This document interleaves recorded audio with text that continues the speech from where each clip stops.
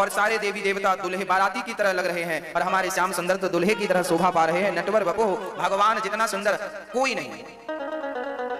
भगवान अधरों पर बांसुरी रख करके अपनी गोपियों को आनंदित कर रहे हैं। आज भगवान गोपियों को बुलाने के लिए आज सुंदर सा आवाहन करते हैं। सारी गोपियां आई, कहा कन्हैया हमें देखो। भगवान ने कहा देखेंगे, पहले हम अपनी बांसुरी को तो देख लें। एक सखी बोली देखो तो जब से ये बांसुरी मिली है श्याम सुंदर ने हमें देखना छोड़ दिया है।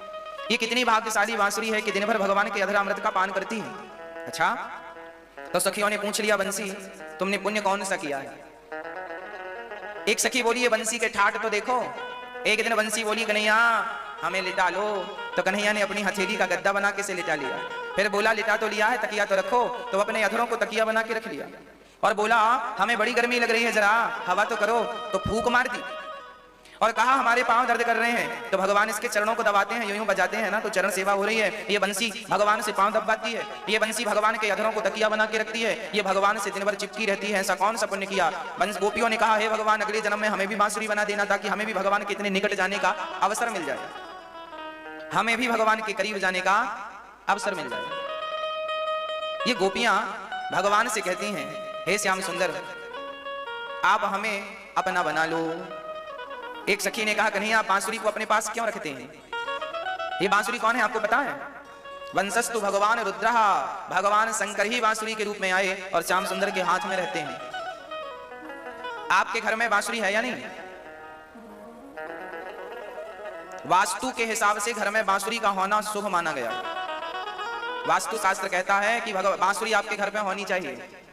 बांस की हो, यदि सामर्थ्यवान हो तो चांदी की बांसुरी होनी चाहिए। चांदी की बांसुरी आपके घर पे हो। आपके घर पे लड्डू गोपाल जी हैं, भगवान जी हैं, बांस की हो तो अच्छा है। पैसे आपके पास हैं, सामर्थ्यता है तो 200-500 रुपए की 1-2 तोले की चांदी की बांसुरी बनवा लेना। चांदी की बांसुरी होती है तो शुभ होता है वास्तु के हिसाब से। तो भगवान का एक तो घर में भगवान का होना शुभ है, लड्डू गोपाल जी का शालिग्राम जी का होना घर में शुभ है। जब आपके घर में भगवान प्रवेश करते हैं तो आपके घर की जितनी अशुभ नेगेटिविटी है वो सारी निकल जाती है। इसलिए घर में भगवान होना चाहिए, भगवान के लिए सुंदर सा स्थान होना चाहिए, उस स्थान का साफ सुथरा होना जरूरी है। वहां भगवान को बिठाओ, वहां बांसुरी हो, भगवान को बढ़िया नहलाया करो। आपके घर में ठाकुर जी हैं लड्डू गोपाल जी, लाओ, नहीं है तो लाओ, वृंदावन से ले जाओ। भगवान आपके घर में होने चाहिए। देखिए ये तो आप कहते हैं महाराज जी ये तो मूर्ति है। हाँ ये मूर्ति है, ये विग्रह है, परंतु जब हमारी आस्था इनमें लग जाती है, हम इनमें प्रेम करने लगते हैं, देखो इनसे ही उन तक पहुंचेंगे। एक राजा ने, एक अंग्रेजों का जब जमाना था तो एक बार स्वामी विवेकानंद जी से किसी व्यक्ति ने पूछा कि आप मूर्ति की पूजा क्यों करते हैं। भाई मूर्ति पूजा मत करो, भगवान तो कण कण में है, सर्वव्यापी है, उनकी पूजा करने की क्या आवश्यकता है। तो वो व्यक्ति राजा था, राज दरबार में स्वामी विवेकानंद जी बैठे थे और वो राज दरबार में राजा ने ये प्रश्न किया कि स्वामी जी जब भगवान कण कण में है तो फिर मूर्ति पूजा करने की क्या आवश्यकता है। तो स्वामी विवेकानंद जी ने देखा कि उस राज सिंहासन के पीछे उस राजा के पिता की तस्वीर लगी थी। ध्यान से सुनना भाई, राजमहल था, राजा का दरबार था, तो राजा के पिता जो पहले राजा थे उनका चित्र लगा था। तो स्वामी विवेकानंद जी गए और उस तस्वीर को उतार कर लाए और राजा के सामने स्वामी विवेकानंद जी ने अपना जूता निकाला और उस तस्वीर के मुंह पे मारना शुरू कर दिया। राजा बोला महाराज ये क्या कर रहे हैं, हमारे पिताजी का अपमान हो रहा है। स्वामी विवेकानंद जी ने कहा ये तेरा बाप है क्या। अरे ये तो फोटो है, तस्वीर है, हम तेरे बाप के मुंह पे ये जूता घुमा रहे हैं तो तेरे पिता तो मर गए हैं, अब उन्हें तो लगेगा नहीं जूता। अरे भाई राजा बोला ये हमारे पिता का चित्र है, हम इसे देखते हैं तो हमारे पिता याद आ जाते हैं। स्वामी विवेकानंद जी ने कहा जैसे तेरे पिता को याद आने के लिए चित्र का होना जरूरी है, उसी प्रकार भगवान का स्मरण करने के लिए उनकी मूर्ति होना जरूरी है, उनका मूर्ति पूजा होना जरूरी है। ये तो उनकी याद के लिए हम मूर्ति पूजा करते हैं ताकि इनसे हम उनको याद कर सकें जो रियल वह भगवान इनमें है। ये तस्वीर है तेरे बाप की, ना इसमें खून है, ना हड्डी है, ना मांस है, ना ये जिंदा है, ना श्वास ले रहा है, फिर भी तेरा प्रेम इस मूर्ति में है कि नहीं, इस चित्र में है कि नहीं। जैसे तेरा चित्र तेरे पिता, जैसे तेरा प्रेम तेरे पिता के चित्र से है, उसी प्रकार भक्त का प्रेम भगवान के विग्रह से है, भगवान की मूर्ति से है। जब हम इन्हें याद करते हैं तो मन अपने आप वहां तक पहुंच जाता है जहां तक हम मन को पहुंचाना चाहते हैं। ये सहारा है, ये क्या है, सहारा।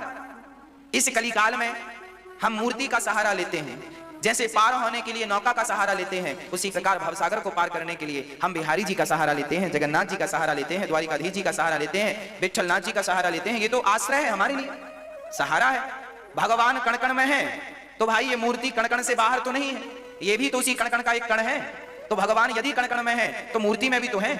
कोई ये व्यक्ति कहे कि ना ना भगवान तो कण कण में है, मूर्ति की क्या जरूरत है? अरे तो पगले, मूर्ति भी तो कण कण के बाहर थोड़ी है, वो भी तो कण कण के अंदर ही है, फिर सब जगह है तो वहां तो है ही। पर एक भक्त की आस्था है कि हमारे पास ठाकुर जी का चित्र हो, इससे क्या होता है? मन साधने में आसानी होती है, मन को केंद्रित करने में आसानी होती है। तो आपके घर पे भगवान जी होना जरूरी है, लड्डू गोपाल जी हो, शालिग्राम जी हो, शिवलिंग हो, जो भी आप आस्था रखते हैं, शिवलिंग हो, राम जी हो, कृष्ण जी का चित्र हो, ऐसा होना आवश्यक है। भगवान लड्डू गोपाल जी तो होने ही चाहिए। जिस घर में लड्डू गोपाल जी नहीं है, जिस घर में तुलसी का वृक्ष नहीं है, तुलसी नहीं है, वो घर घर नहीं शमशान है। उसे आप घर ना कहो, उसे श्मशान कहो, शमशान कहो। बड़े प्रेम से आप एक थाली लीजिएगा, उस थाली में भगवान को कैसे पूजा करना है वो भी मैं विधि विधान आपको बताता हूँ। कैसे पूजा करनी चाहिए, कैसे भगवान के प्रति आपका सम्मान हो, आदर हो, उसका ध्यान से श्रवण करें। सबसे पहले आप एक थाली लीजिए, थाली या स्टील की हो, पीतल की हो, चांदी की हो, जो आपकी सामर्थ्यता है वो हो। थाली में सबसे पहले एक स्टार बनाइएगा चंदन से, जो हम टीवी पे आपको बनाकर दिखा रहे हैं। ऐसा बनाकर बीच में ओम आप लिखिएगा, और उसके हर कोने में एक में नारायण नारायणाय नमः, नारायणाय नमः, या तो राम रामाय नमः, या नारायणाय नमः, या श्री कृष्णाय नमः, एक एक अक्षर हर उसमें लिखकर और फिर तुलसी छोड़कर जल चढ़ाकर उसे प्रणाम करना चाहिए। ये यंत्र बन गया। आपने यदि इसमें ओम लिखकर नारायणाय नमः लिख दिया तो ये नारायण यंत्र बन गया, कृष्णाय नमः लिख दिया तो कृष्ण यंत्र बन गया, राम रामाय नमः लिख दिया तो राम जी का यंत्र बन गया।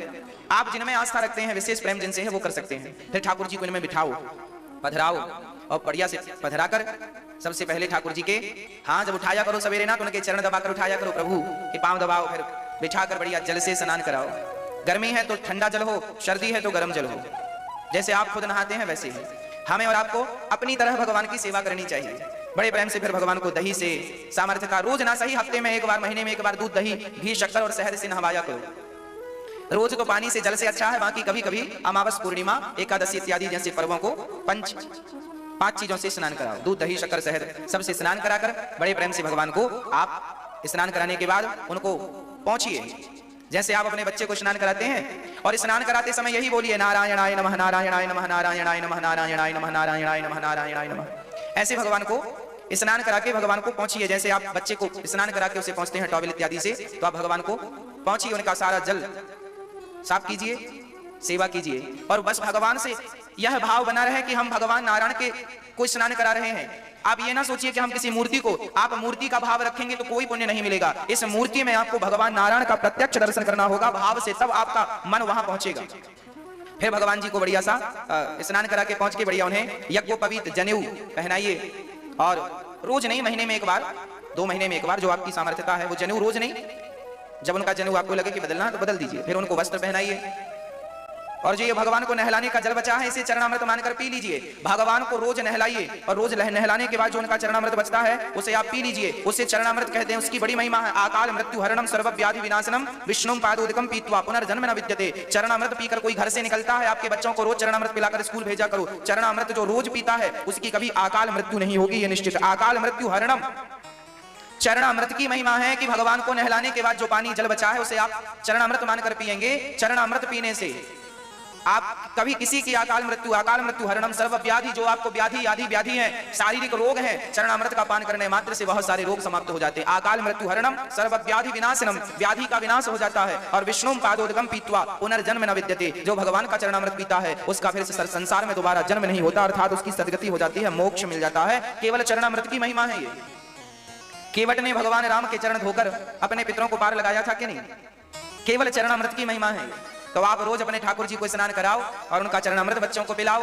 अपने सिर पे चरणामृत के छींटे मारो, बच्चों के सिर पे, अपने घर के सारे, जहां आपके घर में लक्ष्मी धन धान्य अन्नपूर्णा होती है वहां भी उस चरणामृत का छींटा सिंचन कीजिए।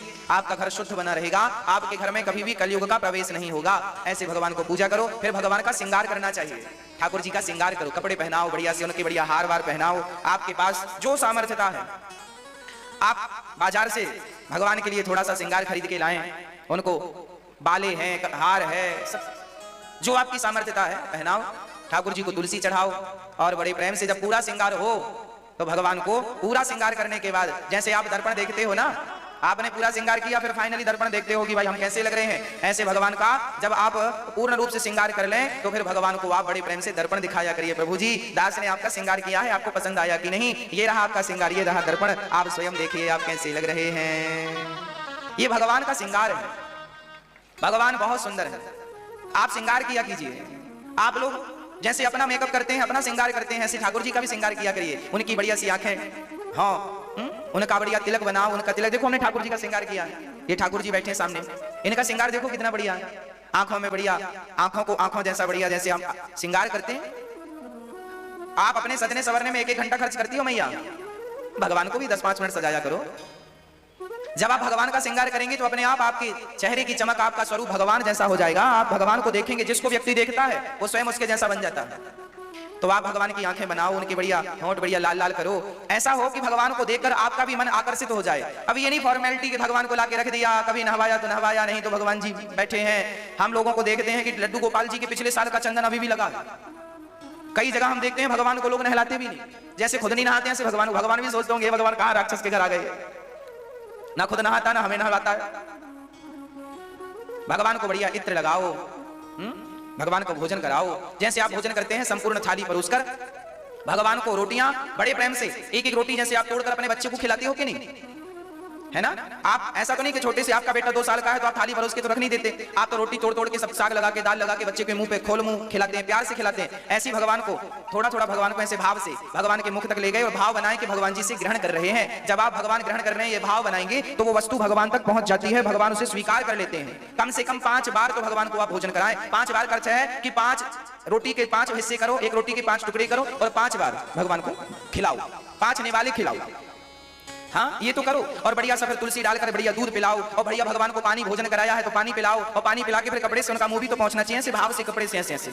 ये सब भाव है, देखिए ये सब पूजा नहीं है, ये एक भक्त का प्रेम है। आप अपने बेटे के साथ क्या क्या करते हैं, कितना अच्छा उसे पहना सकते हैं। एक माँ बाप होते हैं जो 100 रुपए का कपड़ा बच्चे को पहनाते हैं, एक माँ बाप होते हैं 500 रुपए का कपड़ा बच्चे को पहनाते हैं, एक माँ बाप होते हैं 10,000 का कपड़ा बच्चे को पहनाते हैं। तो देखिए बच्चा तो सब में अच्छा है, और वो बच्चा ये नहीं कहेगा कि हमें 100 रुपए का कपड़े ना पहनाओ। तुम तो उसे नंगा घुमाओगे तो वो नंगा भी घूमेगा, क्योंकि 2 साल का है, वो तो जानता नहीं कि कपड़ा पहनना क्यों है, नहीं पहनना क्यों है। भाई माँ चाहती है कि मेरा बेटा अच्छा लगे, तो उसके आंखों पे काजल लगाकर, बच्चा थोड़ी कहता मेरे माथे पे काला टीका लगाओ, पर माँ तो लगाती है अपनी संतुष्टि के लिए। तुम जैसा जैसा अपने बच्चे के साथ अपनी श्रद्धा से करती हो बच्चे के लिए, ऐसे भगवान के लिए कोई चीज जरूरी नहीं है, पर आपकी श्रद्धा जो है, भाव जो है वो भगवान के लिए आप समर्पित करते चले। आपके प्रेम के भूखे हैं भगवान। भगवान कोई नियम नहीं बताते कि तुम यही नियम फॉलो करो, नियम के बंधन में नहीं बंधना हमें। भगवान के प्रति प्रेम हो, बस ये करना है भगवान के लिए। हम अपने लिए कितना बढ़िया खाते हैं तो हमारे ठाकुर जी भी खाएंगे हमारे लिए। अब भगवान ने हमें बढ़िया, देखो आपको भगवान ने संपन्न बनाया है। जिसके घर में संपन्नता नहीं है वो तो भगवान को बढ़िया सा ऐसे ही पानी से नहवाए, पर तुम संपन्न हो, दूध से नहवाओ, दही से नहवाओ, संपन्न हो। सब लोग चांदी की बांसुरी रखें भगवान के लिए, तुम्हारे पास पैसे नहीं है तो तुम 10 रुपए की वृंदावन में बांसुरी मिल जाती है बांस की, वो बांस की बांसुरी रखो। तुम थोड़ा संपन्न हो तो चांदी की रखो, और संपन्न हो तो सोने की रखो। भगवान तुम्हें जितना देते जाए तुम भगवान के लिए उतना समर्पित करते जाओ। पहले तुम गरीब थे तो चलो नमक रोटी खवाए तुम और भगवान खाए, भाव था तुम्हारा तो भगवान बासी रोटी खवाए आपने, तो भगवान को मंजूर है। पर अब तुम बढ़िया हो गए हो तो बढ़िया 56 भोग बनाओ, भगवान को बढ़िया बढ़िया खवाओ, बादाम का हलवा खवाओ। अब तुम गरीब थोड़ी हो, तुम ठीक हो गए, भगवान ने तुम्हें सामर्थ्यता दी है। गरीब हो तो 5 रुपए का मुकुट पहना देना भगवान को, थोड़ा धनवान बने हो, ईश्वर ने दिया है तो चांदी का मुकुट बनवाओ, और धनवान हो तो सोने का बनवाओ। मतलब विधाता ने तुम्हें जिस लेवल का बनाया है हमें उस प्रकार की भगवान की पूजा करनी चाहिए। ये दिखावा नहीं है, कोई इसे दिखावा ना समझे, ये तो भक्त का प्रेम है अपने भगवान के प्रति के विधाता ने हमें जो दिया हम उसके लिए करेंगे। ये तो प्रेम की बात है, ये प्रेम है भक्त का भगवान के प्रति।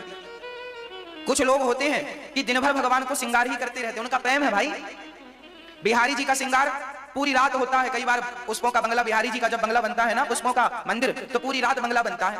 अब कोई कहे इसमें पैसे बर्बाद करने से क्या होगा, अरे भाई पैसे ना करो, ये तो भक्त का एक प्रेम है कि वो अपने ठाकुर जी को पुष्पों के बंगले में सजा हुआ देखना चाहता है, ये प्रेम है, ये प्रेम की बात है।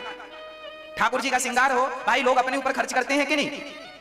आप 500 रुपए मीटर कपड़ा पहनते हैं, 1000 रुपए मीटर कपड़ा पहनते हैं, 2000 रुपए मीटर कपड़ा पहनते हैं, 5000 रुपए मीटर कपड़ा पहनते हैं, आप अपने कपड़ों में खर्च करते हैं। आप अपने लिए गाड़ी 10 लाख की, 20 लाख की, 1 करोड़ की गाड़ी खरीदते हैं। अरे भगवान है, उनसे हम सब चल रहे हैं। भगवान में बहुत आस्था हो, बहुत श्रद्धा हो, भगवान हमारे सब कुछ हैं, हम भगवान के हैं, भगवान हमारे हैं, वो हमारे घर के सदस्य हैं, और सदस्य नहीं वो हमारे घर के मुखिया है, बस ये समझ के हमें चलना चाहिए। मुखिया वही, ये तो हुई बाह्य पूजा, शारीरिक पूजा। एक पूजा और है भगवान की, ये पूजा खर्चे वाली है। अब कोई कंजूस हो बोले महाराज जी हमें ऐसी बताओ जिसमें खर्चा वर्चा ना हो। अब कोई कहे महाराज जी हमारे पास ना इतना समय है ना इतना पैसा है खर्च करने को, कोई बात नहीं, आओ हम तुम्हें सस्ती पूजा बताते हैं और बढ़िया पूजा बताते हैं। सबसे श्रेष्ठ पूजा यही है अब मैं जो बताने जा रहा हूं, इसे कहते हैं मानसिक पूजा। क्या नाम है इस पूजा का? ये शरीर से नहीं, ये जो थी वो शारीरिक पूजा थी, इसमें मन भी जुड़ जाए तो और अच्छा है, पर अब मैं शुद्ध मानसिक पूजा बोल रहा हूं। मानसिक पूजा कैसी होती है? आप अपने घर में नहा धोकर अपने घर में जहां कमरे में शांति हो वहां आसन बिछाओ और पूरब दिशा की ओर या उत्तर दिशा की ओर मुंह कर करके बैठ जाओ। नेत्र बंद कर लो, रीढ़ की हड्डी सीधी कर लो और भाव बनाओ कि हमारे सामने बिहारी जी बैठे हैं। भाव बनाओ कि बिहारी जी को हम देख रहे हैं टुकुर टुकुर और वो भी हमें देख रहे हैं। भाव बनाइए कि आप भगवान को बड़े प्रेम से, आइए मानसिक पूजा करते हैं हम सभी लोग। प्रैक्टिकली करके बताता हूं आपको, ऐसे समझ नहीं आएगी। आपने बिहारी जी का दर्शन किया कि नहीं? किस किसने किया है बिहारी जी का दर्शन? सबने किया? फिर तो हमें आसान जाएगा। अब सभी लोग एक छोटा सा काम कर लो, अपनी रीढ़ की हड्डी सीधी कर लो और जरा आंख बंद कर लेना, बीच में नेत्र ना खोलना जब तक पूजा पूरी ना हो जाए। पहले मेरी एक बात सुन लो, फिर आंख बंद करना। वृंदावन में एक बहुत बड़े भक्त हुए हैं जिनका नाम था श्री हरिदास जी महाराज, जिन्होंने बिहारी जी को प्रकट किया। बिहारी जी को प्रकट जिन्होंने किया उनका नाम क्या था? श्री हरिदास जी महाराज। हरिदास जी, और हरिदास जी ही तानसेन के गुरु हैं। तानसेन को संगीत की शिक्षा श्री हरिदास जी ने दी थी। हरिदास जी भी मानसिक पूजा करते थे। हरिदास जी का निवास था निधि वन। आपने निधि वन का दर्शन किया कि नहीं? निधि वन में वहां हरिदास जी की समाधि भी आप लोगों ने देखी होगी। हरिदास जी महाराज वहीं रहते थे निधि वन में और वो मानसिक पूजा करते थे। वो आंख बंद कर लेते थे और एक बार क्या हुआ, हरिदास जी का एक चेला था, बहुत बड़ा आदमी था, उसके इत्र का व्यापार था, तो उसने बड़े महंगे वाला महंगा इत्र लाकर हरिदास जी को दिया। उस समय हरिदास जी मानसिक पूजा में डूबे थे, आंखें बंद थी और उनके सामने प्रिया प्रियतम होली खेल रहे थे। राधा रानी श्याम सुंदर होली का वो भाव बना रहे थे कि राधा रानी होली खेल रही है श्याम सुंदर के संग। श्याम सुंदर, उसी क्षण श्याम सुंदर ने राधा रानी के ऊपर पिचकारी डाली रंग की, और राधा ने देखा कि उनके पास तो कुछ नहीं है, ना रंग है ना गुलाल है। तो उसी समय वो सेठ आया और हरिदास जी के हाथों में इत्र की शीशी पकड़ा दी। तो हरिदास जी ने तुरंत, वो ध्यान में डूबे हैं हरिदास जी, आंखें नहीं खुली, और उन्होंने शीशी का ढक्कन खोला और पूरा इत्र वहीं निधि वन में गिरा दिया, ऐसे गिरा दिया। सेठ बोला, राम राम, हमारे गुरु जी को इत्र की कीमत ही नहीं पता, हमने इतना महंगा इत्र दिया लगाने को और इन्होंने जमीन में गिरा दिया। 1 घंटे बाद जब श्री हरिदास जी की समाधि खुली, ध्यान खुला, तो चेले ने कहा कि आपने हमारा इतना महंगा इत्र जमीन पे गिरा दिया। तब हरिदास जी ने कहा, पगले, मैंने तेरे इत्र को जमीन में नहीं गिराया, अरे हमने अपनी आंखों से देखा है गुरुजी। हरिदास जी ने कहा, बेटा जो तूने देखा है वो सत्य नहीं है, सत्य जो है वो तूने देखा ही नहीं, तो क्या सत्य है? हरिदास जी ने कहा, चल मेरे साथ। हरिदास जी ने उस सेठ का हाथ पकड़ा और सीधा बिहारी जी के मंदिर ले गए। वह इत्र की खुशबू बिहारी जी के मंदिर से आ रही थी, पूरा मंदिर। चेला बोला, गुरुजी ये तो मेरा इत्र, यही खुशबू है, आपने निधि वन में डाला और ये खुशबू वृंदा बिहारी जी कैसे आ गई? तब कहा हरिदास जी ने, बेटा जब तूने मुझे शीशी पकड़ाई उसी समय राधा रानी ढूंढ रही थी कि मैं किसका पिचकारी में गुलाल भरूं कि रंग भरूं, उनके पास ना गुलाल था ना रंग था, तो मैंने उनकी बाल्टी में तेरा इत्र भाव से घोल दिया। देखो हरिदास जी भाव से वहां पहुंच गए और इत्र लेकर उनकी बाल्टी में, तुम्हें लगा वो यहां गिरा रहे हैं, जबकि वो बाल्टी में गया। और राधा रानी ने इत्र से भरी पिचकारी और बिहारी जी को मारी, तो वो बिहारी जी के पूरे मंदिर से उस इत्र की खुशबू देख आ रही है। वो चेला चरणों में गिर पड़ा, गुरुदेव हम क्या जाने कि आप इतने महान हैं। आज हमें यकीन हुआ कि आप वो संत हैं जो भगवान का प्रत्यक्ष दर्शन करते हैं। ये कब संभव है? ये मानसिक पूजा से संभव है। आप भाव बनाओ कि आप भगवान को सोने की अंगूठी पहना रहे हैं, देखो लगना कुछ नहीं है, पर भाव बनाओ कि आप भगवान को बढ़िया सोने का हार। अभी तो हमने बताया कि नकली हार ले आना, भगवान को 100-200 का वही पहना देना, पर जब मानसिक पूजा करना तो उसमें कंजूसी ना करना, उसमें तो बढ़िया हीरे मोती करोड़ों का हार लाना, भाव से बनाना है, कोई पैसे तो खर्च होने नहीं है। रंग लगे ना फिटकरी और रंग चोखा, ऐसी कहावत है ना, रंग चोखा, बस आपका खर्चा नहीं होना बिल्कुल। अब भाव से वह पूजा, जो मैं कहूं वो आप भाव बनाइए। आप सभी अपनी रीढ़ की हड्डी सीधी करके और बड़े प्रेम से अपने नेत्रों को बंद कर लीजिएगा और अपने आप को बिहारी जी के दर्शन के लिए ले चलिएगा। ऐसा भाव बनाइएगा कि आप बिहारी जी के मंदिर में हैं, आंखें ना खोलिएगा। जैसे हरिदास जी बिहारी जी का प्रिया प्रियतम का राधा और कृष्ण का नेत्र बंद करके भाव से दर्शन करते थे, आप भी भाव बनाओ कि आपके सामने बिहारी जी हैं, आपके सामने राधा रानी और श्याम सुंदर खड़े हैं। भाव बनाइए, श्याम सुंदर के सुंदर सुंदर घुंघराले से बाल हैं, आंखें बड़ी सुंदर हैं कजरारी सी, उनकी होंठों की मुस्कान बड़ी सुंदर है, आपको देखकर भगवान मुस्कुरा रहे हैं। उनके गले में पड़ी सुंदर सी माला मोतियों की बड़ी शोभा पा रही है। उनके चरणों का दर्शन कीजिए, उनके चरणों में देखो एक पांव टेढ़ा सा दूसरे पांव पे रखा है और उनके चरणों का दर्शन कीजिए। फिर धीरे से राधा रानी के चरणों को देखिए। श्याम सुंदर के बाद राधा रानी के पावन दिव्य चरण, पांव में मोटी सी पायल बंधी हुई है। राधा रानी के चरण लाल है, माहौर लगा हुआ है राधा रानी के चरणों में, सुंदर से चरण है। चरणों से ऊपर अपनी नजर ले जाइएगा, देखिए श्री राधा रानी का प्रत्येक अंग कितना सुंदर है। ऊपर ले जाइए, श्री राधा रानी के गले में सुंदर सी माला पड़ी है। फिर उनके मुख कांति को देखिएगा, उनकी सुंदर सी मुस्कान, उनकी सुंदर सी आंख, उनकी सुंदर सा श्रृंगार, कानों में बढ़िया से झुमके पहने हुए हैं श्री राधा रानी, और वो बस श्याम सुंदर को टुकुर टुकुर देख रही हैं। राधा रानी अपने नेत्रों से कन्हैया को देख रही है, कन्हैया अपने नेत्रों से श्री राधा रानी को देख रहे हैं, और आप वहां खड़े होकर आप दोनों का प्रत्यक्ष दर्शन कर रहे हैं। तभी मन हुआ कि चलो हम अपनी राधा रानी और श्याम सुंदर का थोड़ा सा श्रृंगार करते हैं। अब आप सुंदर सी कमल की माला का हार बनाओ, कमल के पुष्पों का हार बनाओ, नील कमल, नीला कमल, सुंदर सा नील कमल का हार बनाओ और एक माला श्याम सुंदर के गले पे आपने पहना दी। ऐसा भाव बनाओ कि आप कमल की माला श्याम सुंदर को पहना रहे हैं। भाव बनाओ कि आप एक माला श्री राधा रानी के गले पे पहना रहे हैं। वो माला श्याम सुंदर के गले में जाते ही उस माला से वो माला स्वयं भगवान का सानिध्य पाकर सुंदर लगने लगी। और अब आप भाव से, भगवान कब से खड़े हैं, उनके पांव में दर्द हो गया होगा, आप भाव से सुंदर सी सोने की सिंहासन बनवाओ, बढ़िया सोने की सिंहासन हो, सोने की सिंहासन में बढ़िया मखमल लगा हो, बढ़िया गद्देदार हो, और आपने रख दिया और कहा हे श्याम सुंदर, हे प्रिया जी, हे किशोरी जी, आप इस सिंहासन पर बैठ जाइए। तो आपके कहने पर श्री राधा रानी और श्याम सुंदर दोनों प्रिया प्रियतम सिंहासन में जाकर बैठ गए और बड़े प्रेम से आपने दोनों के लिए बढ़िया आरती सजाई और बड़े भाव से दोनों की आरती कर रहे हैं। ये भाव बनाइए कि आप दोनों की आरती उतार रहे हैं प्रिया प्रियतम की। अब भगवान ने इशारा किया, भैया तुम आरती उतारते रहोगे, हमें कुछ खिलाओगे नहीं? तो आप बढ़िया सुंदर से लड्डू और बढ़िया सुंदर देसी घी से बने लड्डू मोती चूर के और बढ़िया बनाकर थाल पे सजाओ और तुलसी का दल डालकर बड़े भाव से ले जाओ। ये भाव बनाओ कि हम अपने हाथों से श्री राधा रानी और श्याम सुंदर को लड्डू खिला रहे हैं। ये सभी लोग भाव बनाइए कि आप अपने हाथ से श्री कृष्ण को और श्री राधा रानी को अपने हाथ से लड्डू खिला रहे हैं। श्याम सुंदर लड्डू खा रहे हैं, राधा रानी लड्डू खा रही हैं और कन्हैया कहते जा रहे हैं बहुत स्वादिष्ट लड्डू हैं। राधा रानी, अब एक लड्डू आपने कृष्ण को दिया, एक लड्डू राधा रानी को दिया और कहा कि हे श्याम सुंदर, आप अपने हाथ से अब श्री राधा रानी को खिलाइए, हम देखना चाहते हैं। और राधा रानी अपने हाथ से श्याम सुंदर को लड्डू खिला रही हैं, ये एक दूसरे को खिला रहे हैं और इस पावन से दर्शन को, दृश्य को हम और आप देख रहे हैं बड़े प्यार से, बड़े प्रेम से। भगवान को देखकर राधा रानी मुस्कुरा रही हैं, श्याम सुंदर मुस्कुरा रहे हैं और दोनों प्रिया प्रीतम बैठे हैं सोने की सिंहासन पर। अब हमने हाथ जोड़कर प्रार्थना की, हे प्रभु, हे राधा रानी, आप ही हमारी माता हो, आओ हम सभी भगवान से एक छोटी सी प्रार्थना करते हैं। हे नाथ, हे श्याम सुंदर, मैं अधम हूं, मुझे अधम पर आप कृपा कीजिए। हे राधा रानी, मैं पतित हूं, मुझे पतित को आप पावन कीजिए। हे श्याम सुंदर, आप ही हमारे पिता हैं। हे राधा रानी, आप ही हमारी माता हैं।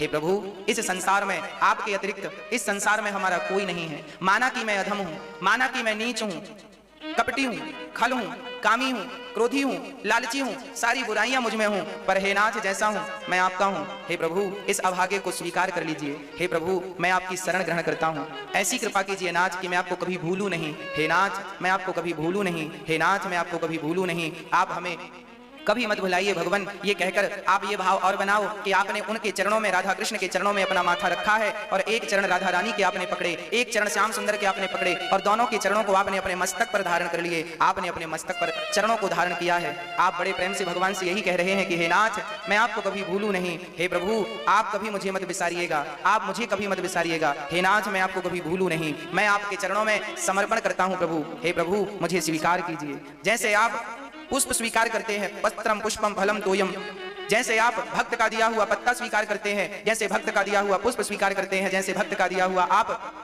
फल स्वीकार करते हैं, जैसे भक्त का दिया हुआ जल स्वीकार करते हैं। हे नाथ, आज मैं स्वयं अपने आप को आपके चरणों में चढ़ा रहा हूं, समर्पित कर रहा हूं। इस अभागे को स्वीकार कर लीजिए, इस दास को स्वीकार कर लीजिए, इस दासी को स्वीकार कर लीजिए। मुझे जैसे पतित को स्वीकार कर लीजिए, मुझे जैसे पापी को स्वीकार कर लीजिए, मुझे जैसे कामी को स्वीकार कर लीजिए, मुझे जैसे क्रोधी को स्वीकार कर लीजिए, मुझे जैसे अभागे को स्वीकार कर लीजिए। नाथ, जैसा हूं बस आपके चरणों में हूं, आप स्वीकार कर लीजिए। ऐसी हमें रोज प्रार्थना करनी चाहिए और कहना चाहिए, हरि शरणम, हरि शरणम। हे प्रभु, मैं आपकी शरण ग्रहण करता हूं। हे प्रभु, मैं आपकी शरण ग्रहण करता हूं। हे नाथ, मैं आपको कभी भूलूं नहीं।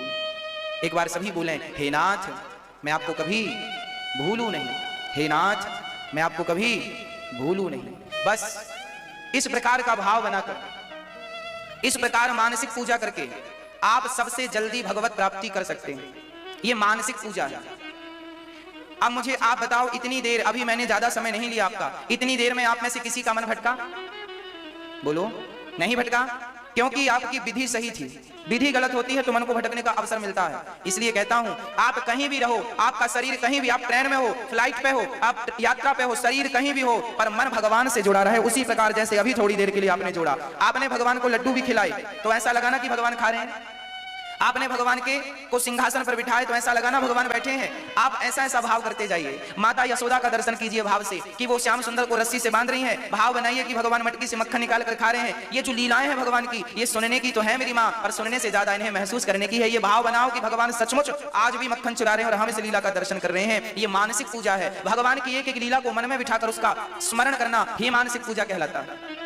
इसके लिए आपको कोई तकलीफ नहीं होगी, खर्चा नहीं होगा, कुछ नहीं होगा। हाँ, ये भाव की पूजा है, मानसिक पूजा है। इसे आप कर सकते हैं कभी भी, कहीं भी, किसी भी हाल में इस पूजा को कर सकते हैं। तो दोनों पूजा हमने आपको समझाई, जो आपको उचित लगे वो पूजा आप ग्रहण कीजिएगा।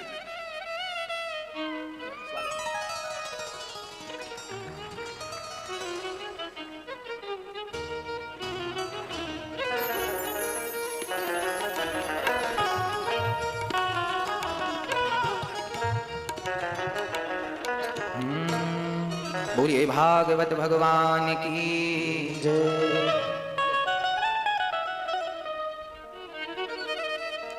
भागवत जी की ये दिव्य चर्चा हम प्राणी मात्र का कल्याण करने के लिए। भक्तों, आज भगवान श्री कृष्ण के पिता जब भगवान ने गोवर्धन उठाया तो आपने देखा होगा, भगवान ने एक उंगली से सारे पर्वत को उठा लिया। भगवान ने एक उंगली से सारे पहाड़ को उठाकर क्या दिखाना चाहते हैं? भगवान ये कहना चाहते हैं कि जिसने मेरे चरणों में आत्मसमर्पण कर लिया है उसके लिए तुम्हें पहाड़ भी उठाने को तैयार हूं। बस एक बार तुम मेरे बन जाओ। एक बार मेरा कोई बन गया तो बस भगवान सदा सदा के लिए उनके हो गए। भगवान भी बिकते हैं, कोई खरीदने वाला तो हो। कौन खरीदेगा? भगवान उनके पास चले जाते हैं जो भगवान से प्रेम करते हैं। भगवान को खरीदने के लिए प्रेम की बोली लगानी पड़ेगी। भगवान भक्तों के अधीन है। अहम भक्त पराधीन यस्वतंत्र वज्वजा। भगवान कहते हैं मैं स्वतंत्र नहीं हूं, मैं पराधीन हूं, अधीन हूं। किसके अधीन है? भक्त के अधीन है। गोपियां कहती हैं नाचो तो नाचने लगते हैं। मैया कहती है चलो बंध जाओ हम तुम्हें बांधेंगी तो बंध जाते हैं। वो भगवान जो सृष्टि करता है, क्या वो से कोई बांध सकता है? पर माँ यशोदा तो अपने प्रेम की रस्सी से उसे बांध लेती है। मेरी माँ, ये प्रेम की रस्सी आपके पास होगी तो आप भी बांध लोगे। मीरा के पास प्रेम के घुंघरू थे, वो प्रेम के घुंघरू बजा बजा कर कृष्ण को रिझा लेती थी। नरसिंह मेहता के पास प्रेम की केदार राग थी, वो प्रेम की राग सुना सुना करके, प्रेम का गीत सुना सुना कर भगवान को रिझा लेते थे। जो भगवान को रिझा सकता है रिझा लो। जैसे में रिझे वैसे रिझाना। बच्चा जैसे में मानता है, माँ बाप वैसे में मनाते हैं कि नहीं? बच्चा कहे हमें ये खिलौना चाहिए तो माँ बाप बोलते नहीं नहीं ये तो तेरे पास है, तो वो जोर जोर से रोने लगता है। चल अच्छा दिला देते हैं तो वो बोलता है ये दिलाओ ये भी दिलाओ। तो वो दुकान जाता है तो दूसरे पे भी हाथ रख देता है ये भी दिलाओ, और नहीं दिलाओ तो रोता है। तो माँ बाप क्या करते हैं? उसकी मर्जी के लिए उसके मन की कर देते हैं। जैसे माँ बाप बच्चे को रिझाने के लिए उसके मन की करते हैं, ऐसे भक्त भगवान को रिझाने के लिए सदा भगवान के मन की करता है। जो व्यक्ति अपने मन की करता है वो कभी भगवान तक नहीं पहुंच सकता। इसलिए कहता हूं अपने मन की ना किया करो, भगवान के मन की ही किया करो। अच्छा, भगवान के मन का क्या है? भगवान चाहते हैं कि मेरा भक्त कभी झूठ ना बोले। तो चलो, भगवान को नहीं पसंद है तो हम त्याग करते हैं असत्य का, हम सत्य बोलेंगे। किसके लिए? इनके लिए। हमारे भगवान को मांस पसंद नहीं है, चलो हम त्याग देते हैं, हम सिंपल दाल रोटी चावल भगवान को भोग लगाकर खाएंगे। इनके लिए भगवान को। और क्या भगवान कहते हैं? निंदा नहीं, चुगली नहीं, छल नहीं, कपट नहीं, अहंकार नहीं। चलो हम भगवान को रिझाने के लिए इन सबका भी परित्याग कर देते हैं। प्यार किया है भगवान से तो फिर इन चीजों का त्याग करने में डर कैसा? आप लोग संसार के लोगों के लिए कहते हैं ना प्यार किया तो डरना क्या? भगवान से प्यार करो, और जब भगवान से प्यार हो जाएगा तो मैं आपको सच्ची कहता हूं, जब भगवान से सच्चा प्यार हो जाता है ना तो मैं कह चुका हूं कि संसार की कोई भी चीज छोड़नी नहीं पड़ती, सब अपने आप छूटता चला जाता है। जैसे कच्चा आम पेड़ को पकड़ के रखता है पर वही आम जब पक जाता है तो पेड़ से छुड़ाना नहीं पड़ता, पका हुआ आम अपने आप पेड़ को छोड़ देता है। उसी प्रकार जब भक्त प्रेम में भगवान की भक्ति करता करता जब प्रेम में पक जाता है तो अपने आप संसार छूटता वैसे ही चला जाता है जैसे पका हुआ फल पेड़ को छोड़ देता है। आप सिर्फ संसार अपने आप छूटता चला जाएगा, आप छोड़ेंगे कुछ नहीं, सब छूटता चला जाएगा। एक बार भगवान को पकड़ लीजिए, एक बार पकड़ेंगे तो सब छूटता चला जाएगा। इसलिए पकड़ने का अभ्यास बनाइए, भगवान के चरणों को पकड़िए। प्रिय भक्तों, आज भगवान के पिता को लेकर के चले गए वरुण देवता। बाद में भगवान वरुण लोग जाकर पकड़ के लाए पिताजी को। अब तो सारे ब्रज में हल्ला है गयो, भैया हमारो छोरा तू भगवान है, बड़े बड़े देवतन से आपकी पहचान है। ब्रजवासी बोले कन्हैया से च्योरे लाला तू भगवान है। कन्हैया बोले सच्ची बताइयो मैं भगवान होऊंगा तो करेगो का लाला।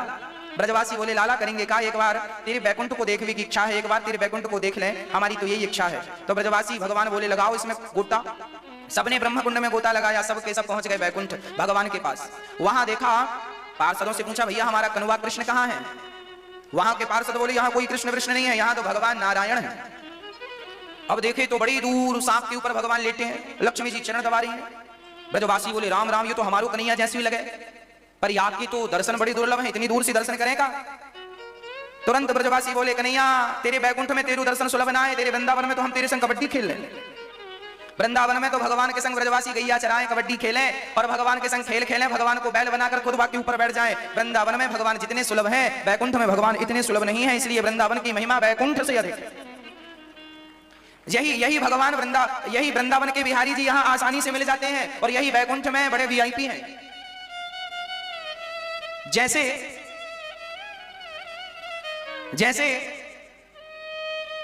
भारत के राष्ट्रपति हम सबके लिए राष्ट्रपति होंगे, पर जब वो अपने गांव जाएंगे तो गांव के जब उनके दोस्त मिलेंगे तो वो तो यही कहेंगे यार छोरा राष्ट्रपति है गयो तू।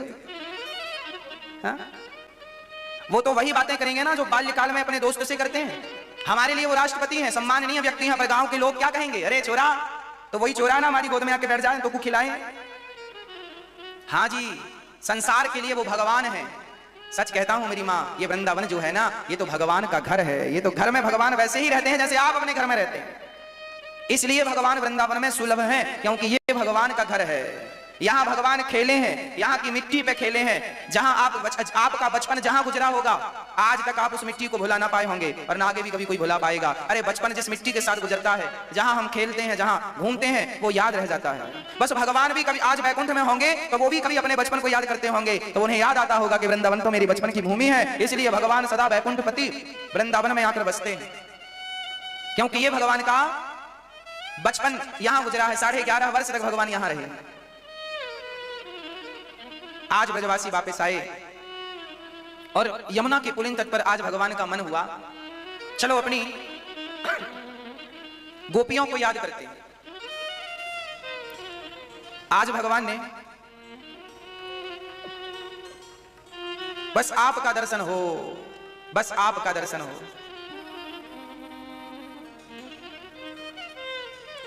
हे प्रभु, यदि वृंदावन में मैंने कोई भी पुण्य किया हो तो इस पुण्य का फल मुझे क्या मिले? आप इस पुण्य का फल क्या चाहते हैं?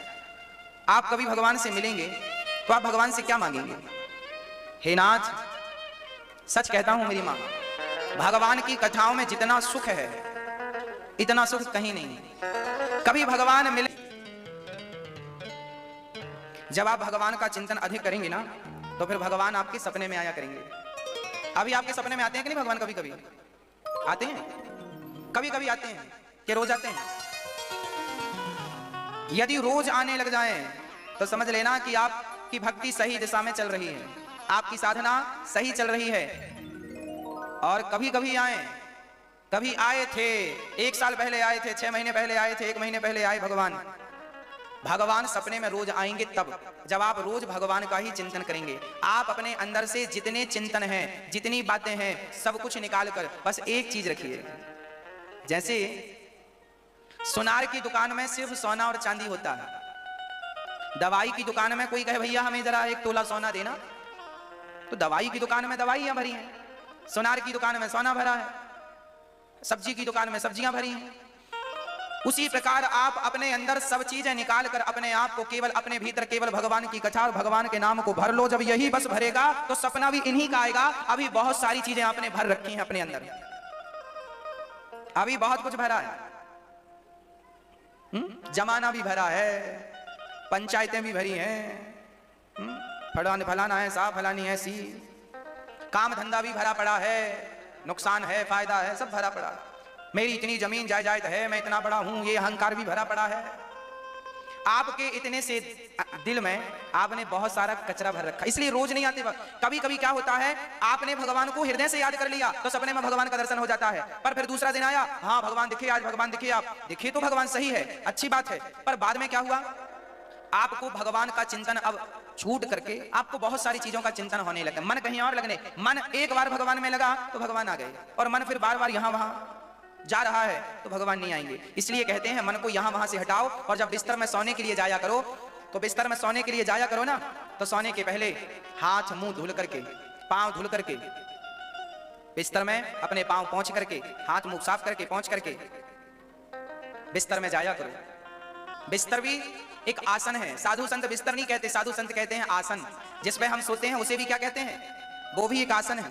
उस आसन में बिस्तर पे जाके बैठो, आसन में बैठो और जाकर पालथी मारकर बैठो, रीढ़ की हड्डी सीधी करके, उस बिस्तर में बैठकर 2 मिनट 5 मिनट भगवत चिंतन करो, भगवान के स्वरूप को निहारो। भगवान ऐसे हैं, जो मानसिक पूजा हमने बताई अभी, ये रोज अपने बिस्तर पर बैठ के किया करो। बिहारी जी ऐसे हैं, राधा रानी ने लड्डू खिला रही है, श्याम सुंदर ने लड्डू खिला रहे हैं, भगवान नारायण के चतुर्भुज का आप दर्शन कर रहे हैं, नारायण जी सैया पर लेटे हैं, शेष सैया पर, शेष नांग पर, और लक्ष्मी जी चरण दबा रही हैं, भगवान की सुंदर सी मुस्कान, ये सब सोने के पहले दर्शन किया करो।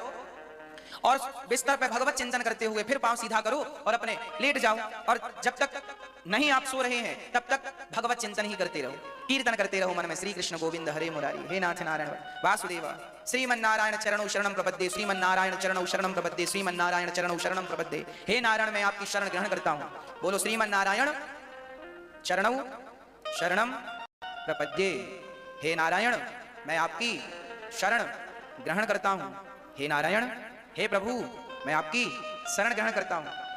और जब सोया करो बिस्तर में, तो इस भाव से ना सोया करो कि आप बिस्तर में सो रहे हैं, इस भाव से सोया करो कि आप तो भगवान की गोद में सो रहे हैं, ये भगवान की गोद है।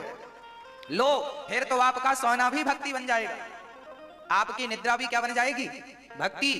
आप भगवान, ये भगवान की, ये सब भाव बना लो, और भगवान की हम गोद में सो रहे हैं, बस भगवान के चरणों में प्रणाम करो, भाव बनाओ, लेटे लेटे नारायण जय श्रीमन्नारायण, नारायण श्रीमन्नारायण चरणौ शरणं प्रपद्ये, श्रीमन्नारायण चरणौ शरणं प्रपद्ये, श्रीमन्नारायण चरणौ शरणं प्रपद्ये, श्रीमन्नारायण चरणौ शरणं प्रपद्ये। ऐसा भगवान का चिंतन करके, भगवान का चिंतन करते करते अपने आप आपको नींद आ जाएगी। जब इस प्रकार से आप सोएंगे तो मुझे विश्वास है कि जब भगवत चिंतन करते आप रोज सोएंगे तो आपको रोज स्वप्न में भगवत दर्शन होगा, रोज होगा, कभी कभी की समस्याएं खत्म हो जाएंगी, रोज होगा, गारंटी हमारी।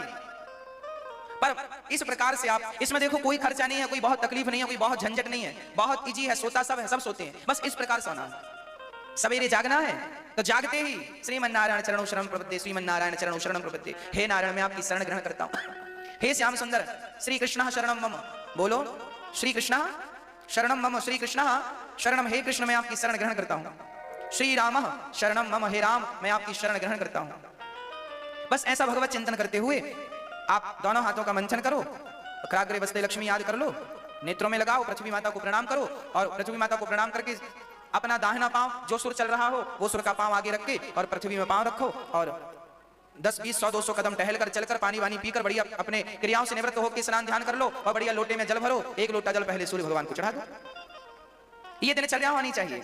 हमारा दिन भगवान के स्मरण से, हमारा दिन भगवान के चिंतन से प्रारंभ होना चाहिए, और भगवान के चिंतन में ही हमारा दिन समाप्त होना चाहिए। शुरू में भी कृष्ण, अंत में भी कृष्ण, मध्य में फिर जो आपका काम धाम है, बिजनेस व्यापार है, वो सब कर लो, पर जब फर्स्ट में और अंत में भगवान होंगे तो आपकी रक्षा सदा भगवान करेंगे। आपके कारोबार की, आपके व्यापार की, आपके बिजनेस की, आपका जो करते हो उसमें तरक्की होगी। इस हिसाब से कोई चले तो उसे आत्म शांति बहुत मिलेगी, संतुष्टि बहुत मिलेगी, ऐसा जीने से, ऐसा करने से। आज भगवान का मन हुआ कि हम गोपियों के मध्य रास रचाएं। आज भगवान ने यमुना के तट पर बांसुरी बजाई। भगवान पिता रात्रि शरदोत्फुल्ल मल्लिका वीक्षरन्तुं मनश्चक्रे योग माया मुपाश्रितः। आज भगवान का मन हुआ चलो गोपियों को बुलाते हैं, तो आज भगवान ने किसका आश्रय लिया, योग माया मुपाश्रितः। योग माया कौन, श्री राधा रानी का आश्रय लेकर आज श्याम सुंदर ने रंतुम मन को आज रमण करने के उद्देश्य से शरद पूर्णिमा की रात्रि को आज भगवान ने अधरों पे बांसुरी रखी, और जो बांसुरी बजाई सारे लोग मुग्ध हो गए। जो गोपियां जहां थी, जिस काम में थी, सारे लोग वह काम छोड़कर दुहंतो भी ययुः काश्चित् दोहम हित्वा समुत्सुकाः। एक सखी गाय धो रही थी कि बांसुरी सुनाई पड़ी। जब बंसी सुनाई पड़ी तो सारा काम छोड़कर गोपियां, एक सखी गाय धो रही थी, बांसुरी सुनाई पड़ी, गाय को छोड़कर और कृष्ण से मिलने के लिए चल पड़ी। कृष्ण बुला रहे हैं। अच्छा, कृष्ण ने जब बांसुरी बजाई तो गोपियों को क्या कह के बुलाया? एक मंत्र का उच्चारण किया, क्लीम क्लीम क्लीम। क्लीम बीज मंत्र का उच्चारण करके गोपियों ने, क्लीम काम मंत्र का उच्चारण करके भगवान ने गोपियों को अपनी ओर बुलाया। सारी गोपियां खींची चली आईं। एक सखी गाय दौड़ रही थी कि बांसुरी सुनाई पड़ी, गायों को वहीं, दूध को वहीं, गायों को वहीं छोड़ा और श्री कृष्ण से मिलने के लिए चल पड़ी। एक सखी आंखों में काजल लगा रही थी, आंखों में कजरा लगा नहीं, एक में लगा दूसरी में नहीं लगा, बांसुरी सुनी छोड़कर चल पड़ी। एक सखी अपने वस्त्र पहन रही थी, सब कुछ छोड़कर चल पड़ी और सिर्फ भगवान की ओर बढ़ती जा रही है, भगवान की ओर बढ़ती जा रही है। भगवान सारी गोपियों को अपनी ओर आकर्षित कर रहे हैं, सारी गोपियां भगवान की तरफ बढ़ती चली जा रही हैं, भगवान की तरफ बढ़ती चली जा रही है। एक सखी अपने बच्चे को दूध पिला रही थी कि बांसुरी सुनाई पड़ी कि बच्चे को वहीं छोड़ा और दौड़ पड़ी कृष्ण से मिलने के लिए। इतना प्रेम था गोपियों का और इतनी उत्कंठा थी कृष्ण से मिलने के लिए कि अपने दूध पीते बच्चे को भी गोपियों ने पल भर में छोड़ दिया। देखिए जरा गोपियों का त्याग कैसा है। हम लोगों से क्या त्यागा जाता है बताओ? हम आपसे कहें भैया वृंदावन आओ, अरे महाराज जी समय नहीं है, आप 2 दिन के लिए भी अपने काम को नहीं छोड़ते। पर गोपियां दूध पीते बच्चे को यूं चुटकी में छोड़कर चली आई, क्योंकि गोपियों के अंदर त्याग है। और ये लिख लो आप स्टाम्प पेपर में, जिसके अंदर त्याग नहीं है वो भगवान को कभी नहीं प्राप्त कर सकता। भगवान को पाने के लिए त्याग होना चाहिए। और आप लोगों ने जिस संसार को पकड़ रखा है वो संसार असार है, असार खलु संसार। आपने पकड़ जरूर रखा है, आपसे छोड़ा, बूढ़ी बूढ़ी माताओं से नहीं छोड़ा जाता कुछ, बूढ़े बूढ़े पुरुषों से जो बिल्कुल कल मरने वाले, इनसे भी आज नहीं छोड़ा जा रहा, जबकि कल मर जाएंगे ये। फिर भी हाय हाय हाय मेरा मेरा मेरा, रत्ती भर लोगों के अंदर त्याग नहीं है। अरे चूल्हे में चढ़ा दूध उफन जाता है तो सास बहू को गालियां देती है। अरे दूध कितने का गिरा? 10 रुपए का, 20 रुपए का दूध गिर गया और तुमने रिश्ते बिगाड़ लिए उस 10 रुपए के लिए, गालियां देती बहू को। त्याग होता तो छोटी छोटी बातों में ऐसे झगड़े ना होते। याद रखना, भगवान की प्राप्ति के लिए बस त्याग जरूरी नहीं है, रिश्तों को निभाने के लिए भी त्याग की ही जरूरत पड़ती है। जिसके अंदर त्याग है वो आज सुखी है। त्याग जरूरी है।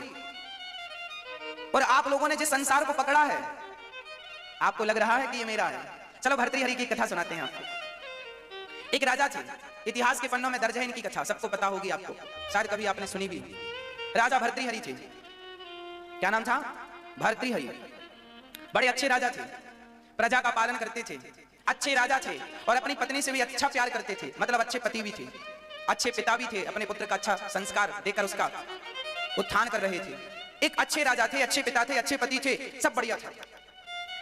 वो यज्ञ करते थे, बड़े बड़े भर्तृहरि बड़े बड़े यज्ञ करते। एक दिन क्या हुआ, देवता प्रकट हो गए और देवताओं ने एक फल भर्तृहरि को दिया। बोले ये फल जो खाएगा वह दिव्य हो जाएगा।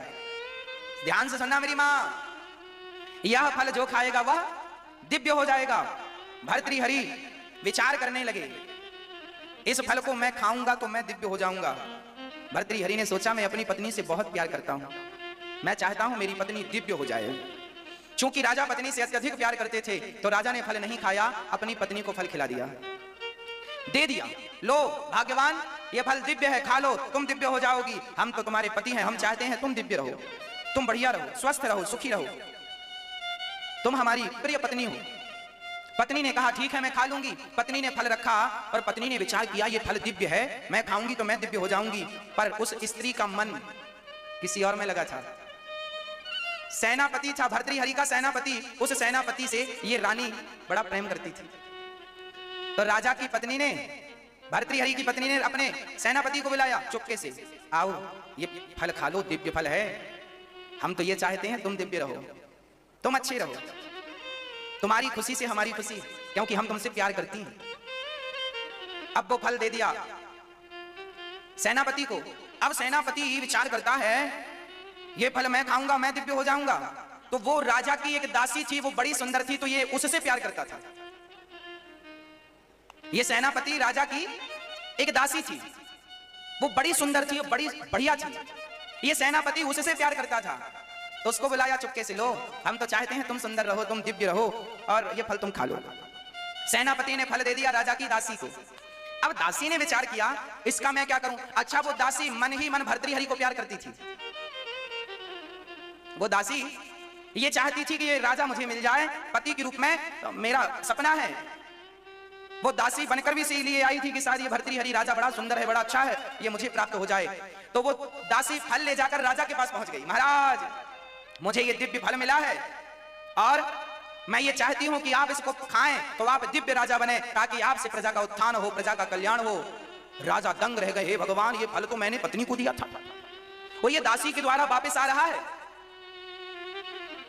भर्तृहरि ने अपनी पत्नी से, उस दासी से पूछा, ये फल कहां से आया, जल्दी बता, नहीं तो मृत्युदंड दूंगा। दासी घबरा गई, बोले सेनापति ने दिया। सेनापति को बुलाया, ये फल कहां से आया। सेनापति ने कहा, महाराज आपकी पत्नी महारानी जी ने दिया। अब राजा अपनी पत्नी से पूछते हैं, क्या तुमने फल इसे दिया है।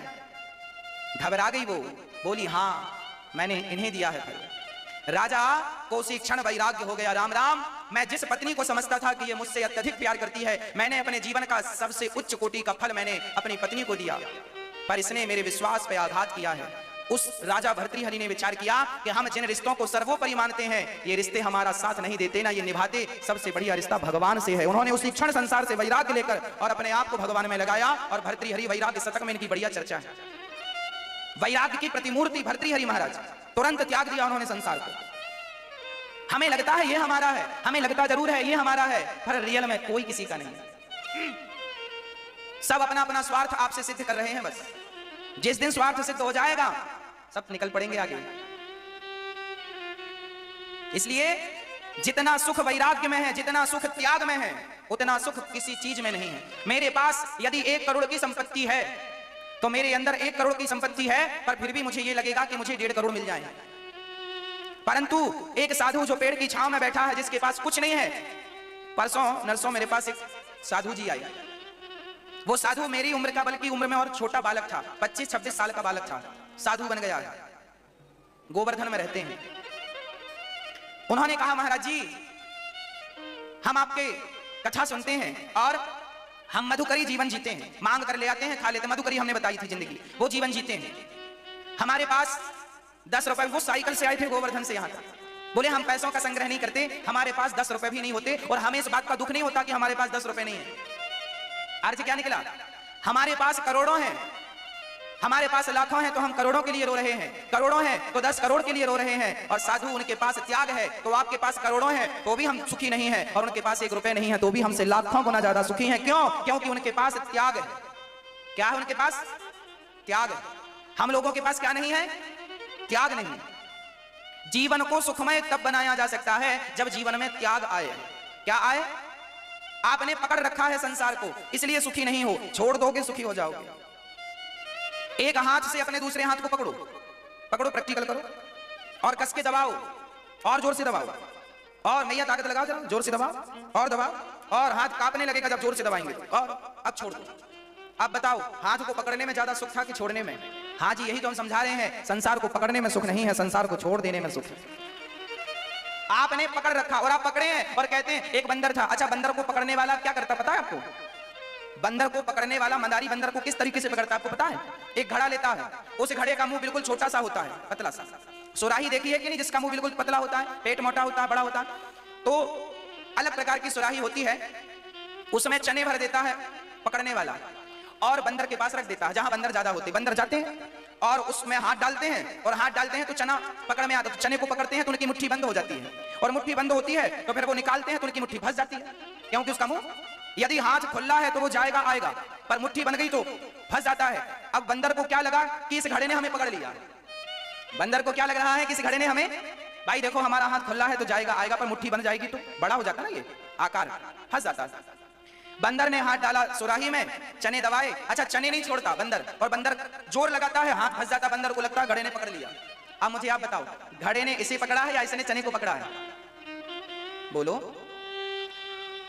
बंदर ने चने को पकड़ रखा है इसलिए फंसा है ना, और बंदर को ये लग रहा है घड़े ने पकड़ लिया। अरे भाई, घड़े ने बंदर को नहीं पकड़ा। जैसे बंदर मुट्ठी दबाए है, बंद किए है, मुट्ठी बंद है, इसलिए मुट्ठी खोल देगा तो बंधन से मुक्त हो जाएगा। आप लोगों से प्रार्थना है, आप लोग भी जो मुट्ठी बंद किए हो, बस इसी को खोलने की जरूरत है। जिस दिन ये खुल जाएगी, आप भी संसार के हर बंधन से आजाद हो जाएंगे। पर देखो ना, ये मुट्ठी खुलती नहीं है। और आप जब पैदा हुए थे ना, तब भी आपकी मुट्ठियां बंद ही थी। बच्चा को देखो जरा, मुट्ठी बांध के रोता है। छोटा सा बच्चा अधिकांश जब जन्म लेता है, उसकी मुट्ठी बंद होती है। पकड़ने की आदत तब से है जब से पैदा हुए हो, इतने जल्दी छूट कैसे जाएगी? अभ्यास कर लोगे तो सुखी हो जाओगे। इसलिए कहता हूं मेरी माँ, ज्यादा ना पकड़ने पे विश्वास रखो। संसार को जितना पकड़ोगे उतने दुख में समाते जाओगे, और जितना वैराग्य लेकर आगे भगवान की तरफ बढ़ते रहोगे, जितना त्याग आपके जीवन में रहेगा उतने आप सुखी रहेंगे। त्यागमय जीवन होना चाहिए। हाँ जी, क्या होना चाहिए जीवन में? त्याग। आज किस चीज की कमी है? त्याग की कमी। इसलिए जीवन में कष्ट है, इसलिए जीवन में दुख है।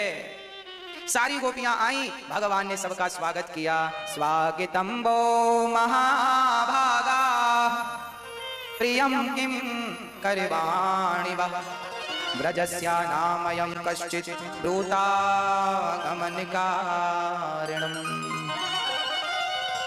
भगवान पिता रात्रि, आज भगवान ने स्वागत किया है। स्वागतम वो, जब सारी गोपियां त्याग से, देखिए जब गोपियों ने बच्चे को छोड़ा, पति को छोड़ा, परिवार को छोड़ा और भगवान के लिए बढ़ी, जब उसके अंदर त्याग आया, उनके अंदर त्याग आया, तब तो भगवत प्राप्ति हुई। और बेटा बेटी संसार में उलझे रहते तो उनकी प्राप्ति कैसे होती?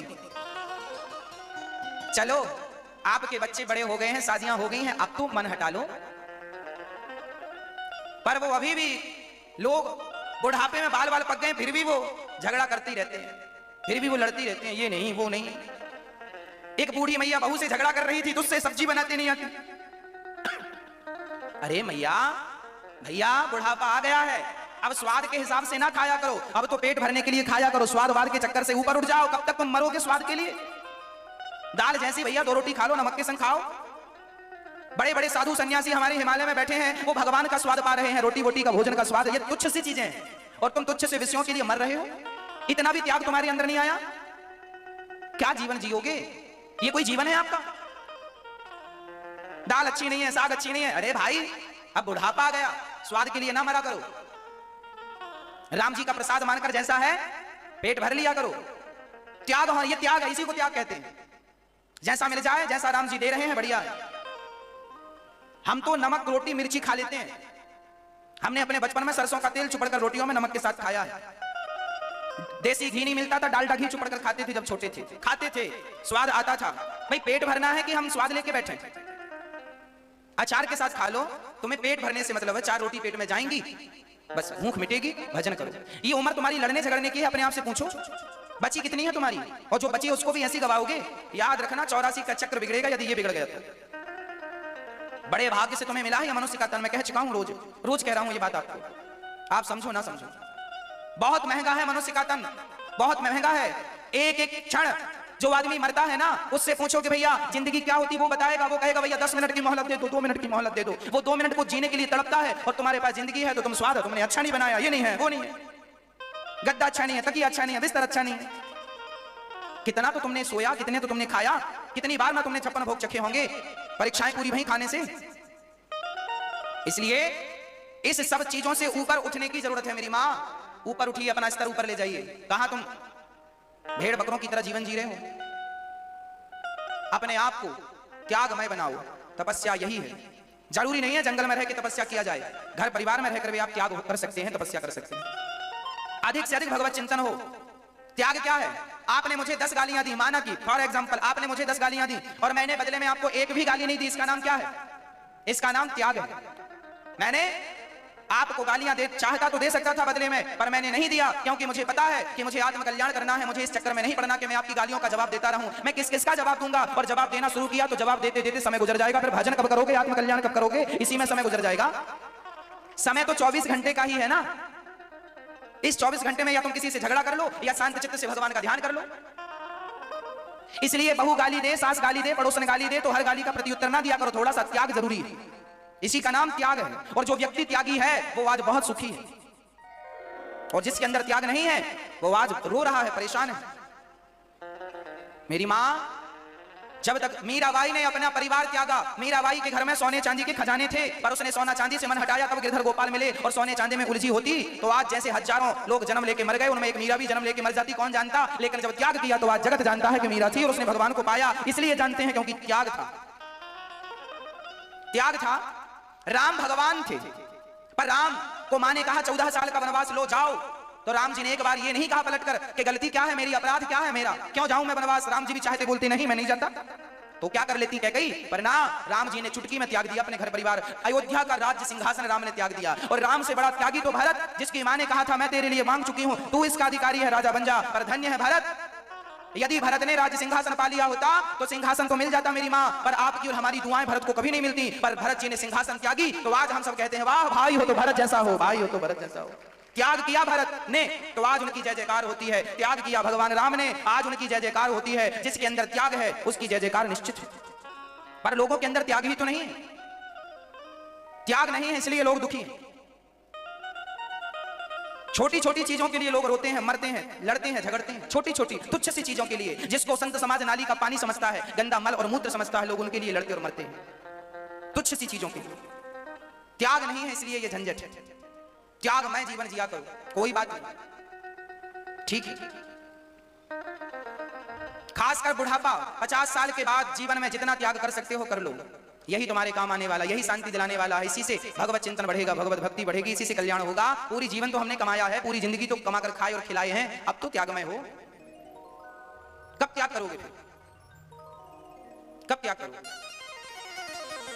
मुर्दे के ऊपर पैसे बरसाए जाते हैं, आपको पता है कि नहीं? जब मुर्दा जाता है ना, अर्थी जाती है, तो लोग उसके ऊपर पैसे और मखाने दोनों चीज फेंकते हैं। राम नाम सत्य है, राम नाम सत्य। मखाने और पैसे क्यों फेंकते हैं? पैसा इसलिए फेंकते हैं, दुनिया वालों देख लो, ये आदमी जो मरा पड़ा है ना, जीवन भर पैसों के लिए भागता रहा, अब तेरी छाती में पैसे पड़े हैं, तेरी ताकत तो उठा के दिखा दे, नहीं उठाता। और ये आदमी जीवन भर पत्नी से झगड़ता था, बच्चों से झगड़ता था, पैसों के लिए बाप से झगड़ता था, और अब तेरी छाती में पैसे पड़े हैं, तेरी ताकत है तो उठा ले। जिन पैसों के लिए तू जीवन भर भागता था, अब तेरी छाती में पड़े हैं। तूने ना रिश्ते समझे हैं, ना रिश्ते निभाए हैं, ना बच्चों को संस्कार, बस पैसा पैसा पैसा पैसा पैसा पैसा भागता रहा, अब पड़े हैं तेरी छाती में, उठा। बरसा रही है दुनिया, तुम और हम सब लोग सीख लें इन बातों से, ये शिक्षा है हमारे लिए। मखाने बरसाने का अर्थ क्या है? मखाने बरसाने का अर्थ यह है, मखाना फूला हुआ होता है, कमल के दानों से मखाना तैयार होता है, फूला हुआ होता है। मखाने बरसाने का अर्थ यह है, लोग ये कहते हैं देख जब तक जिंदा था बड़ा फूला फूला घूमता था मखाने की तरह, ए मैं नहीं जानता, मुझे नहीं जानता, मैं कौन हूं, ये वो, अब मरा पड़ा है, कहां गई तेरी वो अकड़? पचक गई ना, वैसी पचक गई जैसे मखाना पचक जाता है। कहो कहां गई वो अकड़ जिस अकड़ पर तुम जीते थे? मखाना पांव के नीचे आता है तो पिचक जाता है, हाँ या ना? मरे पड़े हो अर्थी पे, पिचक जाए पूरे, और जिंदा थे तो बात बात में झगड़ा, ये वो, स्वाद नहीं है, ये नहीं है, बेटा अच्छा नहीं, बहू अच्छी नहीं, सास अच्छी नहीं, देवरानी अच्छी नहीं, पूरी जिंदगी तुम्हारी शिकायत में मर चली गई। अब मरे पड़े हो मखाने की तरह फूले फूले घूमते थे, अब तुम्हारी अकड़ गई ना, पिचक जाओगे मखाने की तरह। अकड़ ना रखो किसी चीज की, भगवत कृपा जानकर जीवन जिया करो। ये जीवन ना तुम्हारा है ना हमारा है, सबको भगवान ने ये जिंदगी किराए से दे रखी है। ये पांडाल हमारा नहीं है, 3.5 घंटे में ही हमें ये पांडाल खाली करना पड़ेगा। ये जिंदगी हमारी नहीं है। मेरी माँ कुछ दिनों की जिंदगानी है, किसी की 10 साल, किसी की 20 साल, किसी की 40 साल, किसी की 70 साल, किसी की ज्यादा से ज्यादा 100 साल। 100 साल बाद तुम्हें खाली करना ही पड़ेगा, शरीर छोड़ के जाना पड़ेगा। ये 100 सालों में तुम्हें क्यों इतनी अकड़ और क्यों इतना झंझट, क्यों इतना तमाशा? किस बात की अकड़ है, किस बात का तमाशा है? सादा जीवन जीकर इनको याद क्यों नहीं करते? मखाना और पैसा दोनों चीजें बरसाते हैं लोग मुर्दे के ऊपर। तुम और हम भी एक दिन मुर्दे बनेंगे तो हम और तुम्हारी ऊपर भी ये दुनिया बरसाएगी, और बरसा बरसा कर दुनिया को दिखाएगी, देख लो ये भी ऐसा था और अब देखो क्या गति हो गई। इसलिए अच्छे व्यक्ति बनो, रिश्तों की कीमत समझो। भगवान कृष्ण गोपियों का आवाहन करते हैं, देवियों जाओ, आई हो, स्वागत है। अब तुम अपने अपने पतियों के पास, परिवार के पास जाओ। अब तुम्हारे पति, तुम्हारा पुत्र, तुम्हारा घर परिवार के लोग तुम्हें याद कर रहे हैं। भगवान ने गोपियों से कहा जाओ, यहां से जाओ। भगवान ने कहा सुनो, अपने पति का त्याग कभी नहीं करना चाहिए। दुहसीलो दुर्भगो वृद्धो जड़ो रोग्य धनो पिबा पति स्त्रीभिर्नहातत्यो लोकेप्सु भिर्पातकी। पति कैसा भी हो, नारी को कभी भी पति का त्याग नहीं करना चाहिए। ये मैं नहीं कहता, भगवान श्री कृष्ण भागवत जी में कहते हैं। पति कैसा भी हो, अंधा हो, लंगड़ा हो, बहरा हो, काना हो, गरीब हो, कैसा हो, एक ही धर्म एक व्रत नेमा काय वचन मम पति पद प्रेमा। जो स्त्री अपने पति का त्याग कर देती है, पति को छोड़कर चली जाती है, ऐसी स्त्री घोर नरक में जाती है। इसलिए स्त्री कभी अपने पति का त्याग ना करे, और पुरुष को चाहिए कि वो कभी नारी का अपमान ना करे। सदा नारी का सम्मान, यत्र नार्यस्तु पूज्यन्ते रमन्ते तत्र देवता तत्र तास्तु न पूज्यन्ते सर्वास्तत्र फला क्रिया। जिस घर में नारी का सम्मान नहीं होता, जिस घर की स्त्रियां रोती रहती हैं, उस घर में कभी सुख शांति और समृद्धि हो ही नहीं सकती। आप लिखित में हमसे ले सकते हैं।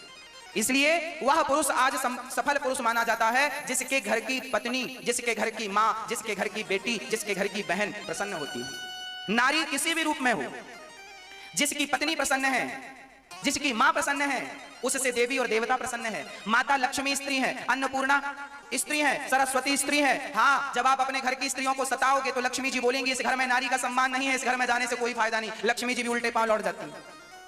जिस घर में नारी का सम्मान नहीं है उस घर से अन्नपूर्णा भी उल्टे पांव लौट जाती है। इस घर में नारी का कोई, मैं भी तो नारी हूं, अन्नपूर्णा भी नारी है, लक्ष्मी जी भी नारी है। जब अपनी नारी का सम्मान ना कर सके तो फिर विष्णु पत्नी नारी का अर्थात लक्ष्मी का क्या सम्मान करोगे, सरस्वती का क्या सम्मान करोगे। इसलिए सम्मान करना जरूरी है।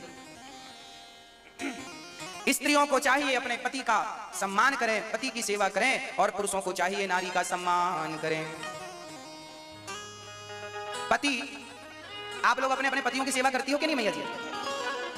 हाँ या ना? सेवा करती हो, पांव दबाती हो कि नहीं? नहीं, पांव दबाया करो। लक्ष्मी जी सदा नारायण के चरण दबाती हैं, लक्ष्मी जी सदा नारायण के चरण दबाती हैं, तो आप काहे नहीं दबाती हो अपने नारायण के? आपके पति ही तो आपके नारायण हैं। अच्छा, आपके पति आपके लिए क्या है बताओ? क्या है मैया बताओ क्या है? अभी हम बोल रहे हैं तो नारायण है, पहले क्या थे वो बताओ?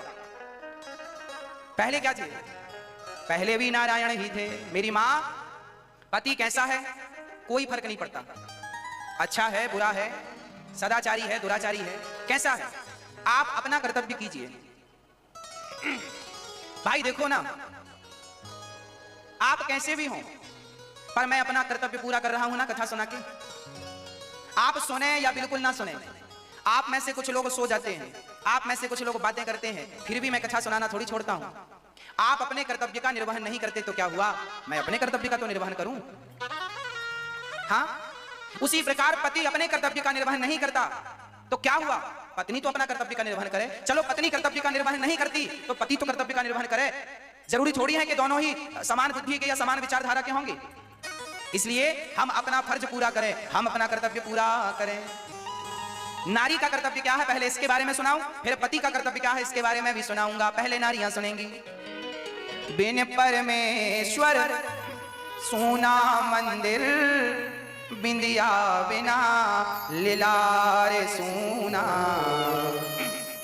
पति बिना संसार। बिन परमेश्वर सोना मंदिर, जैसे मंदिर कितना भी बढ़िया हो और उस मंदिर में मूर्ति ना हो तो मंदिर मूर्ति के बिना कैसा है, सोना है। बिन परमेश्वर सोना मंदिर, बिंदिया बिना लीलार सोना, पति बिना संसार। पति जब तक है तब तक ही ये संसार संसार है, पति नहीं तो संसार संसार जैसा नहीं लगता। पति होता है तो नारी सब प्रकार से सुखी होती है, पति नहीं है तो नारी किसी भी प्रकार से सुखी नहीं होती। इसलिए जब तक पति है, भगवान करे आपका पति आपका सुहाग